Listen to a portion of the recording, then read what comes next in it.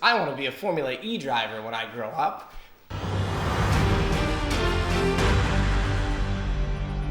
Welcome back to Let's Go Racing. I am not Sam Collins, I am Matt Trivett. We are here doing another honest motorsport news edition in which a name is still required, Leo Gorman. Absolutely. We've had Let's Go Racing, Let's Talk Racing, we've had every type of racing, but we still don't have a name, and we need you. You can point. Yeah. We need you to come and actually give us a name, a title, give us something. Yeah, they're more clever than we are. Speaking of clever, there's been a lot of clever news. That was a terrible segue. It really was. Actually. Yeah, all right. Listen, let's just leave that one there. In the racing world, because we're kind of at the year end, which is often the season wrap up. Formula One just ended. We'll talk a little bit about that, but we've got a full video coming out about the Formula One 2019 season, so hit subscribe to see that coming soon. We've also had Formula E starting again because they like to be off of the same season. Often, I think, you could argue climate, which they've done. But I think, let's be fair, they want to be off the schedule of Formula One so that they're not overshadowed. I'll just say it. And then you've got that is a startling accusation. Well, it is honest motorsport news. If you can't beat them, don't try. So, and then F2, obviously, there's been some news. WRC, WEC, there's news everywhere, let's be honest. That's how the world works. Where do you want to start, Leo Gorman? Should we touch on F1 very quickly? Yes, very quickly. It was the Abu Dhabi Grand Prix that the weekend just passed, and another race victory for Lewis Hamilton. And you know what? On the second half of the season, he had a really, really tough time, but so many wins this year, it's been a deserved Hamilton title. Yeah, absolutely. Hamilton... he is a machine in terms of consistency. Is he one of the best ever? Well, we'll talk about that more. Actually, we have talked about it. Oh, we will talk about it. I'm not shaking my head no to that. I'm just saying I'm going to disagree. So yes, as we said, hit subscribe, Formula One. We'll do a full recap. But yeah, Abu Dhabi just finished. So did the season. Formula E just started. And I think, look, as much as I made fun of them saying that if you can't beat F1, don't try, I think it's a great basis for manufacturers to develop battery and electric technology. I think they actually are going to be competitive with F1 in terms of marketing and in terms of interest in the next 5 to 10 years. And what's interesting is not even, as you mentioned, the technology aspect. You could, with Formula E, people talk so much about the batteries. It is actually the ancillary stuff around the batteries, the drive chains, etc. The battery, actual chemistries and whatnot, the scientists working in government-funded laboratories with millions of dollars worth of funding, they're working on that stuff. Yes. What the manufacturers are working on is all the drivetrains, yes. I said the regenerative energy. And I'll even go as far as to say safety, because that's been motorsports, let's face it, walls going into cars at that speed, if they can handle it, your street car is going to get a lot better from what they learn on that as well. And there is safety issues around, electrocuting people, fires, all of that. They're also getting data on that. I think it's going to be going in the right direction. They started out in Saudi Arabia. Yes, in Riyadh at the weekend. Yeah. Wasn't too many people there to see it. You know what? I think it's perfect. That is like going to one of the biggest oil countries in the world and saying, we don't need you, haha, we are here anyway. Well, they didn't actually do that. I think they just accepted the check quite gladly. Fair enough. But yes, first 2 rounds of the 2019 to 2020 Formula E season started at the weekend. Races won by Sam Bird. He took the first round with Alexander Sims taking the victory in round 2. Sims leads the championship after the first round. He's a guy who's been around forever. I remember covering him when he was in Formula 3 years ago. He's always that guy who never had the luck, never had the money, has gotten the BMW program and doing Formula E. And still with IMSA, some WEC, I think, obligations in there. The cool thing for me with Formula E, 3 names. Stoffel Van Dorn. Okay, sure, he got to F1 and got his chance. McLaren was a tough place to be. You're going against Alonso. Bit too much hype around him. I think that killed him as well. And then you've got Sam Bird, who's been around for ages, didn't really get a shot in the upper echelons. And you've got Alexander Sims. Formula E has become sort of, what's the saying? Shoot for the moon, even if you miss, you land among the stars. I'm not saying anyone goes out as a kid and says, I want to be a Formula E driver when I grow up. But it's become a very talented pool of drivers because it is an opportunity and there's top talent looking for that sort of manufacturer support. I think it's turning out to be great. And if it continues to develop, the Gen 3 car was just announced. They're saying 500 horsepower, maybe longer tracks. 30-second pit lane recharge potential. If it continues to develop at this rate, and it does take over for F1, think of what that does for all those drivers who took a chance and went there. Absolutely. And not the only thing happening last weekend or recently. It was the Formula 2 championship finished. Also in Abu Dhabi this weekend. The race winner for feature race was Sergio Sette Camara, and the sprint race winner was Luca Giotto. Now, Nick de Vries, championship winner, he won it quite a while ago. He actually has moved on to Formula E with the HWA Race Lab Mercedes team. Second place, Nicholas Latifi. He's now moving on to Williams F1 next season. But then you have the likes of Giotto, who's been around for a while, and it's not really coming together, well, yet at least. Yep. You have Sergio Sette Camara, who's fourth in the championship. He's got an IndyCar test coming up with Dale Coyne Racing soon. And you know what's interesting about F1 isn't the be-all and end-all for drivers. You have the young drivers that are springboarding straight through. Last year, Russell, Norris, Albon, great talents. I would say last year's field was probably a better field, more exciting field than this year. Maybe because of that hype and those guys. But then there's other drivers. Roberto Merhi, who's back there and has been back there many times after being already in F1. Markelov, who you've just said is off camera, was looking for a campaign again next year.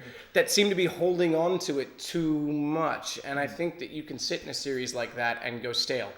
Your brand becomes, well, yeah, he's been around for a while. He's not going to go anywhere. And then if I'm a driving scout, I'm going to look and go, new talent. I've seen that guy, I don't care. Seen that guy, I don't care. Whereas now you get the Formula E, you've got the IndyCar. You're right. Looking elsewhere might be a smarter move because if you don't do it fast enough, you quickly close those doors just by being older.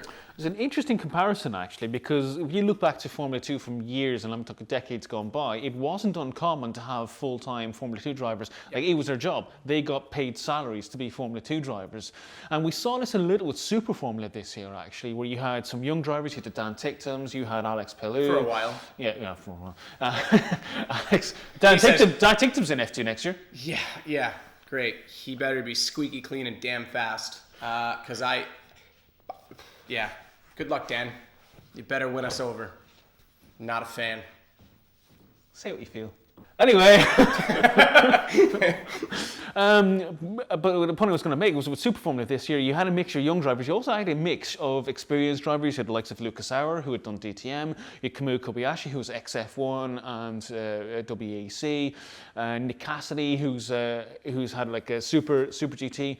But it was an interesting mix because you had young drivers willing to prove themselves up against what we can call benchmark drivers. That's true. If you have a guy that has a lot of experience in that series and a young guy comes along and smokes him right away, it is a good way to look at it. Personally speaking, maybe I'm older now. If I was a kid, I don't know that I would have said this, but I would look to sports car. I think sports car racing is better racing. I think touring car is better. I like WEC for what it is. Obviously, they can't take as many risks over a 24-hour race, but when you look at Le Mans, the GT class is glued to each other for that long, and it's going all out every stint now. I think that's brilliant. And supercars in Australia, that for me is more exciting as a spectator. But I can see the allure of Formula racing for those guys. And one of the things we'll close really on F2 is we've had great battles at the top, but we've also looked at the back of the field, and you see the likes of Mahavir Raghunathan, who secured 24 penalty points this season. He was banned from the race in the round in Austria.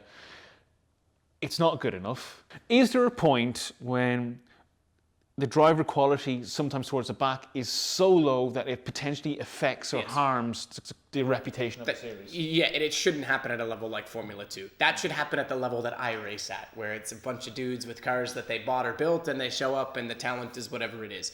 That's something you'd expect to see in a gentleman's series, not in Formula 2. That, in my opinion, you shouldn't have got that far, or the system shouldn't have allowed you to graduate in your FIA license level to suddenly be harmful to others out there. And of course, you mentioned a few moments ago, WEC. Yes, Peugeot. They're coming back in the hypercar world. They said for a long time they'd be back. They have shown us what they're coming back with. They've shown us a render, really. A render, yes. Use your imagination. I'm of two minds, because it's supposed to be based off of something. What the hell is that based off of? No one has a clue what Peugeot that is, so I guess expect a road car announcement soon. They also said that the LMP1s were no longer relatable for people, and then they looked too much like, I mean, they were prototypes, but they were space machines that didn't have any relatability. I personally like the GT LM's class more, because I think those are cars I see every day, and it's kind of what touring car used to be. That's based on nothing, and I don't even know that it looks that amazing, in my opinion. I think it's one of those aspects where it could look pretty awful in a render or up close, but when I see it going 230 miles an hour down the Mulsanne Straight, I guess it looks hyper. It looks radical. It looks sleek. Maybe at speed it's going to look good. In that photo, I just don't know that it nailed what they were going for. And also, the other thing, like interestingly enough, that came out with WEC this weekend was the announcement that the hypercar class, but for manufacturer only. I'm fine with that. I think that privateers at that level with spending that much money, I think it's been pretty evident with Toyota not having a direct competitor. No one's going to compete with that. You can't. The development's not there. There's so much tech at that level. I kind of agree with the series doing that. Now, yes, that limits entries. I'm sure there are teams that would like to be privateers, that would like to enter that series. But I think that, in order to develop and be competitive and have the technology that's required, you pretty much have to be a manufacturer willing to throw millions and millions and millions, or as Trump would say, billions and billions and billions at it. So, I suppose last thing as well, with the announcement a couple of weeks ago of Peugeot rejoining the WEC, that has brought the axe down on the Citroën WRC campaign. Of course, they're both from the same parent company. Now, there's a little bit of news that Citroën, the 2020 WRC car, the Citroën C3, has actually been built. This announcement came really, really late. So they actually did design and build the cars with the view of competing. Someone's going to run that car. Yeah. A privateer is going to run that car. And I'm sure that Citroën's not going to go, hey, we built it, we're going to abandon it, because that's going to look bad on their brand as well. That car is still going to get some manufacturer support. It just may not be a manufacturer team. That's how I would look at that. It's sad to see Citroën go. Obviously, Sébastien Loeb, all of their allure. But again, Rally looks, first off, I got to try it. It looks brilliant. I love Rally, love watching Rally. But it is one of those campaigns. It has kind of gotten into manufacturer support and technology, and we know there's always been Toyotas with restrictor plates that move and lots of cheating within the rules, or shall we say, interpretations of the rules. But you don't, I think, have to be a manufacturer to win in that series. I think if you have the right driver and you have the right support for whatever car, whatever platform, similar to TCR that you're in, you can be a very competitive team. And of course, speaking of rallying, Let's Go Racing will of course be carrying the Monza Rally Show this year, an event previously won by one Valentino Rossi, actually a couple of years ago. And it is an event that does bring some star drivers to the field. This year, of course, it's going to be Danny Sordo and Andreas Mikkelsen from Hyundai. Craig Breen, an Irish driver, who's also a part-time campaign with Hyundai. He'll be running in it as well. And also another name is Nicholas Grönholm. He was the son of the two-time world rally champion Marcus Grönholm. He'll be making his efforts. 23-year-old young rally driver, so good luck to him. He'll be making his efforts in the Monza Rally Show coming up soon. This has been another edition of Honest. Listen, give us a better name. It's another edition of a show that you need to name. Hit like and subscribe for more Honest Motorsport news. Like we said, we've got the F1 2019 season review coming up soon, and you don't want to miss that. I'm Matt Trivett, not Sam Collins, and you? I am Leo Gorman. We'll see you next time.